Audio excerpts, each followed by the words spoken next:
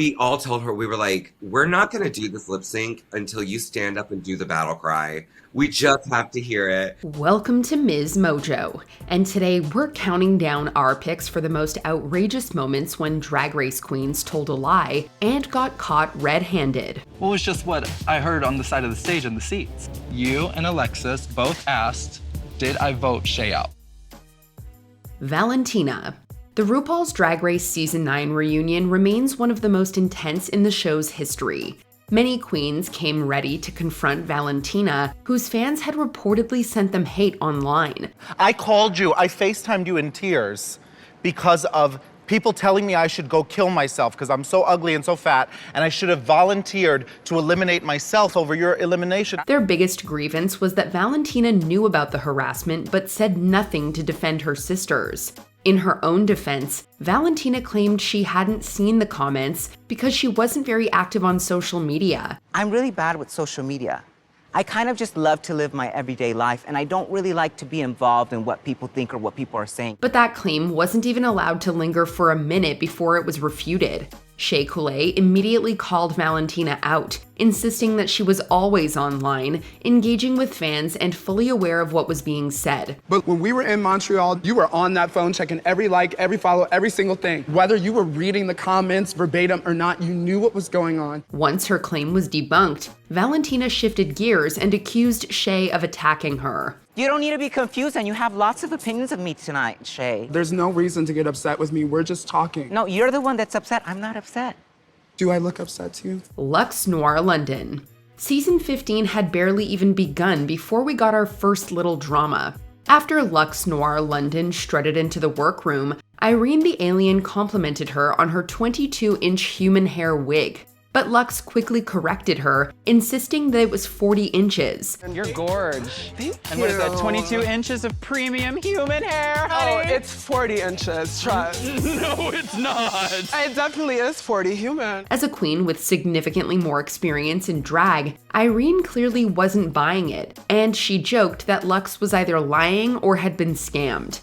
Call it delusion or simply living in her fantasy, but absolutely nothing could sway Luxe's belief. I would say that I'm definitely like the prettiest. Sure. But if she was truly certain that her wig was indeed 40 inches, she could have just whipped out a tape measure to set the record straight. But she didn't, so... I refuse. I paid for every inch, all 40 of them. We gotta get a measuring tape. Get a ruler, girl. It's not looking like 40 inches to me. Arrietty. Arrietty had a polarizing run on season 17, but the real controversy began after the season ended. It started when her former drag mother, Irene the Alien, stated in a video on Mistress Isabel Brooks's YouTube channel that their relationship had crumbled and explained why. You think it could be saved? No, I will say this. I never forgive someone who f***s with my money, my character, or my man. In response, Arrietty took to Twitter, claiming that their split stemmed from money issues.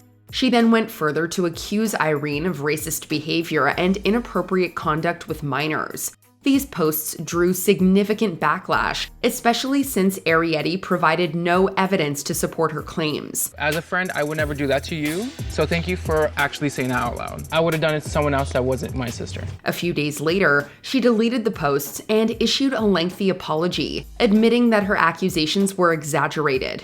In her statement, she took full responsibility for her actions and promised to do better moving forward. I want to sincerely apologize. It was unacceptable behavior for sure, and I'm so sorry. Willem. Since her disqualification from Drag Race, Willem has been outspoken about her grievances with the show's producers.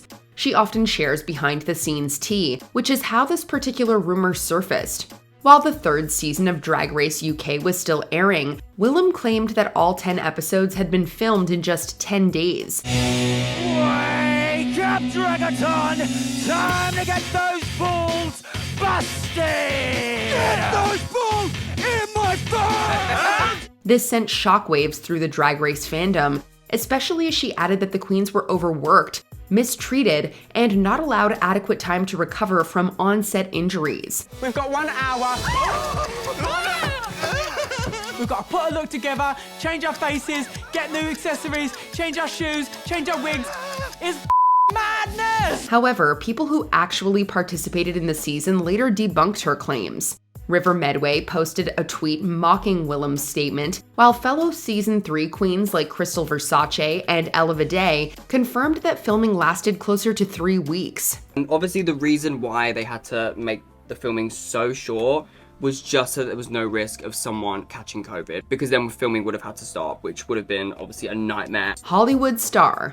They say you should never ask a drag queen her age unless you're prepared to be lied to. You'd think RuPaul would know this, but even she broke that rule when she asked Drag Race Down Under queen Hollywood star about hers. How old are you? 28.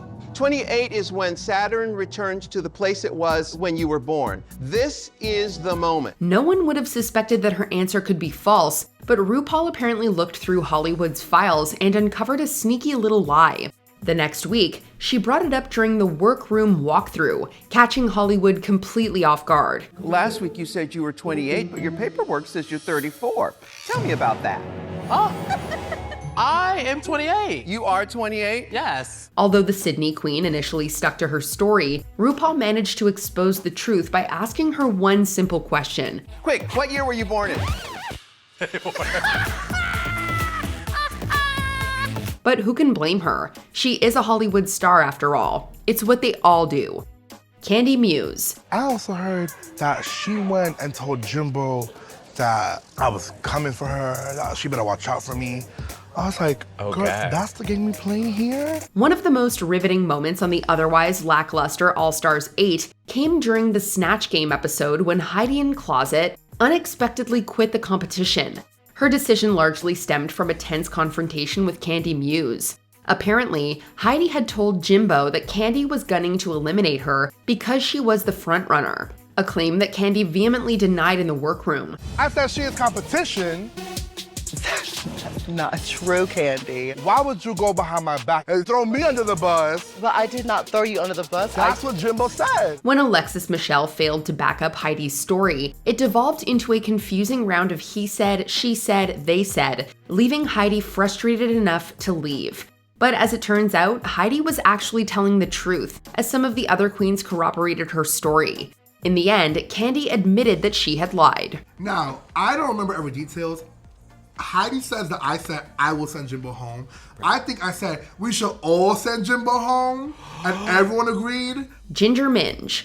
On All Stars 10, Ginger Minj and Daya Betty lip-synced to Defying Gravity in front of Wicked stars Ariana Grande and Cynthia Erivo.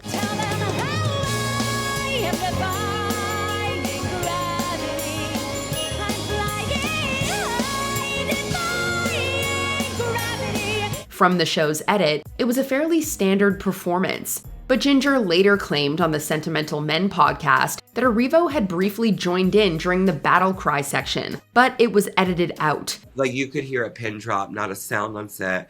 Cynthia Erivo stood up and did the whole battle cry as loud as could be. It sent chills through my spine, which is why I was crying before the song even started. However, on her own podcast, Daya Betty said she didn't recall anything like that happening. This was echoed by Acid Betty and Denali, who were also part of the third bracket. I don't recall her or Ariana singing. If either one of them sang like live then, I probably would have my pants. I'm saying that did not happen. Yeah. Like none of them worked. This wouldn't be the first time Ginger was accused of lying. Bob the drag queen once alleged that she merged his and Cornbread Jete's separate encounters with actress Kathy Najimy and presented them as her own experience. But Ginger Minj took it. She was like, Kathy and Jimmy said called RuPaul and said if Ginger Minj doesn't win this next season of All Stars, then something or the other. Jeremy Carey, aka Fifi O'Hara. This drag performer's run on All Stars 2 didn't go as he had hoped. Carey later alleged that the producers had deliberately edited the footage to portray him as a villain, which resulted in a wave of online hate. It seemed to me she was more concerned about throwing you two under the bus during deliberations. What? Oh my god! Oh my god! He also claimed that the producers loved Alyssa Edwards and gave her a more flattering edit.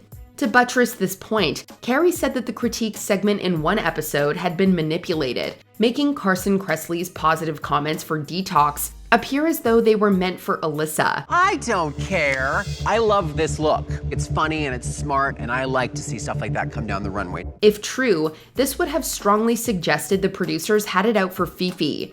However, the show refuted these claims by releasing the unedited footage, which confirmed that Kressley's critiques were genuinely directed at Alyssa. You said yourself it's not personal, it's drag. These are my opinions. So why couldn't you say that to me, though? I didn't need to. I was You're sitting that there. girl I knew you were. You know what? You're looking foolish by sitting there acting like a I did, child. So but you you know can what? do that, and that'll be cute. I'm done. India Farah. India Farah stirred up quite the drama on All Stars 5 when she told Shea Coulee that some queens had plotted to get rid of her. The accused, Alexis Mateo and Mayhem Miller. You remember when you were in the bottom with me and Mariah? Mm-hmm. Alexis and Mayhem came to me asking me to put your lipstick. Right. Yes. This allegation led to a heated moment with Shea confronting Alexis, who firmly denied the accusation. Alexis insisted India had fabricated the story simply to save herself from elimination. I'm real. I'm not here to play a game. That's been weighing on my shoulders. No, you're playing the game. Let me tell you why you're playing the game. I'm not playing the game. Because you know you are about to go home because you have been in the bottom for so long. I'm fine. And now you need a little plug to save yourself. Unfortunately for India, the tactic failed and she was sent home. When the eliminated queens returned for the finale, the issue resurfaced. This time, Mayhem was present to clear the air, and she confirmed that she and Alexis had only asked India who she voted for, nothing more. There was no campaigning. I'm confused about that. There was no campaigning. There you have it. And I don't know where you get that. At this point, it became clear that India had lied, prompting Shea to apologize to Alexis. I want to apologize to you if I got overly emotional and jumped to conclusions. I think that there may have been some misunderstandings. Before we continue, be sure to subscribe to our channel and ring the bell to get notified about our latest videos. You have the option to be notified for occasional videos or all of them. If you're on your phone, make sure you go into your settings and switch on notifications. Robbie Turner. And I'm feeling the pressure. I have been on the bottom of the game, so I need this win more than anybody else in this competition. Back in April 2018, Season 8 queen Robbie Turner took to social media to share that she had survived a serious Uber accident that tragically claimed the life of her driver. She said she only suffered minor injuries and expressed gratitude for being alive. Initially, fans flooded her with love and support.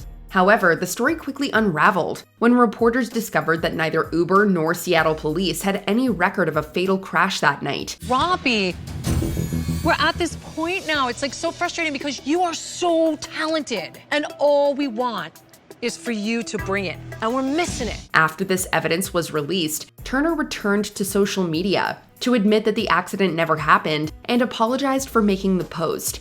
Why she would fabricate such a story still remains unclear, but Turner stepped away from drag soon after and hasn't been heard from since. I'll probably get back to Seattle and be like, woe is me, and eat some peaches, and that'll be okay. What other lies, tricks, and shenanigans from Drag Race queens did we miss? Let us know in the comments.